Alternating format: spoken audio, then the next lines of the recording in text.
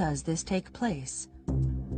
NHK is conducting an experiment with a group of researchers.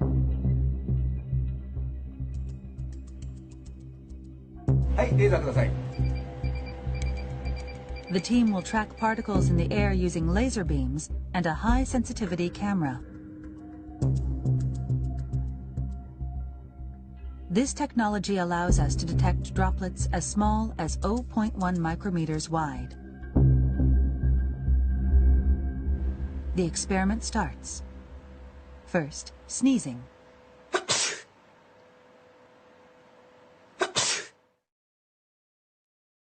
We can see a large droplet about 1 millimeter in diameter. It quickly falls. But let's look through the high-sensitivity camera.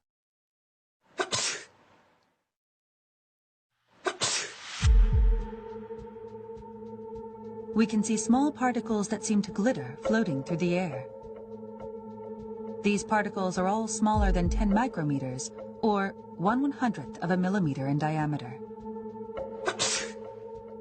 Let's take a look from a different angle. They're small and light. You can see them drifting through the air. These are microdroplets.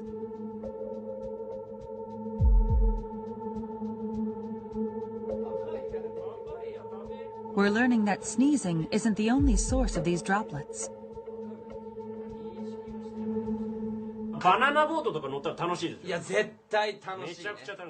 We ran the same experiment on a close-range conversation.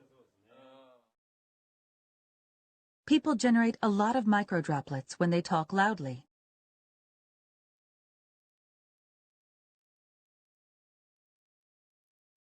The droplets between these two stay where they are. They don't drift away.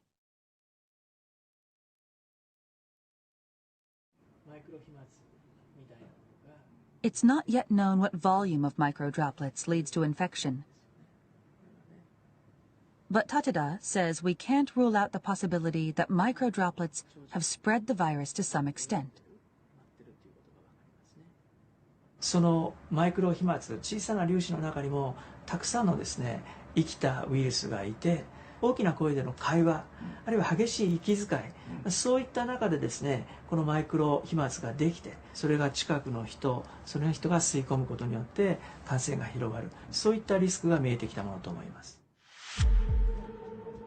The risk of infection through microdroplets becomes even greater in a closed space with poor ventilation.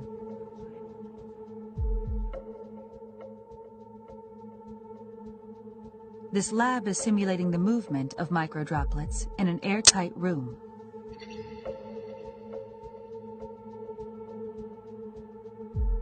About 10 people in an enclosed space the size of a classroom. A person coughs once and spreads about 100,000 droplets.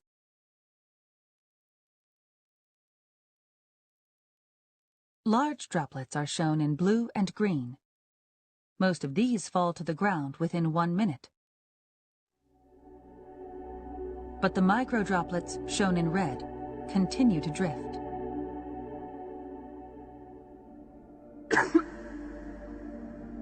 This simulation uses only microdroplets. 5 minutes later, 10 minutes later,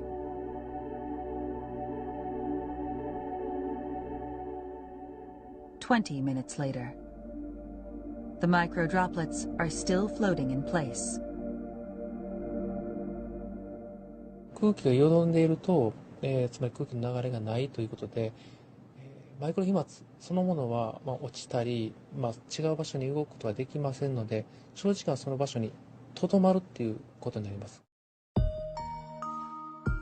But there is a way to prevent this stagnation of microdroplets. Opening windows and increasing air circulation is believed to be effective.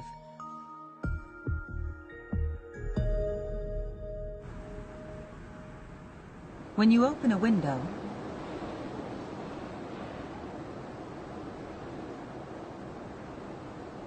microdroplets are quickly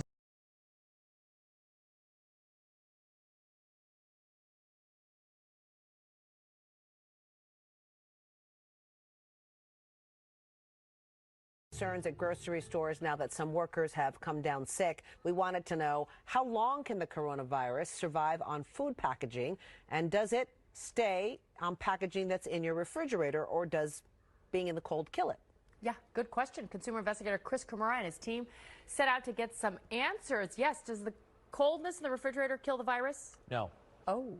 I think everything's going to change for me going to the grocery store from this moment forward. Well, actually, a couple hours ago. But all right, here's the thing.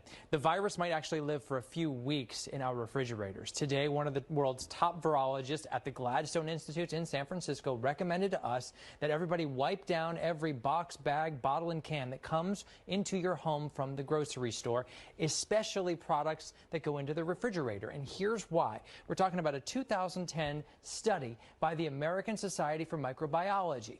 They found that the SARS coronavirus, remember that, SARS? Well, it's very similar to the COVID-19 virus. And when they looked at it, they found that it thrived in an environment identical to the one that your refrigerator reliably creates, specifically one with low humidity and a temperature around 40 degrees or perhaps a little colder. In those conditions, researchers found the virus lived up to 28 days.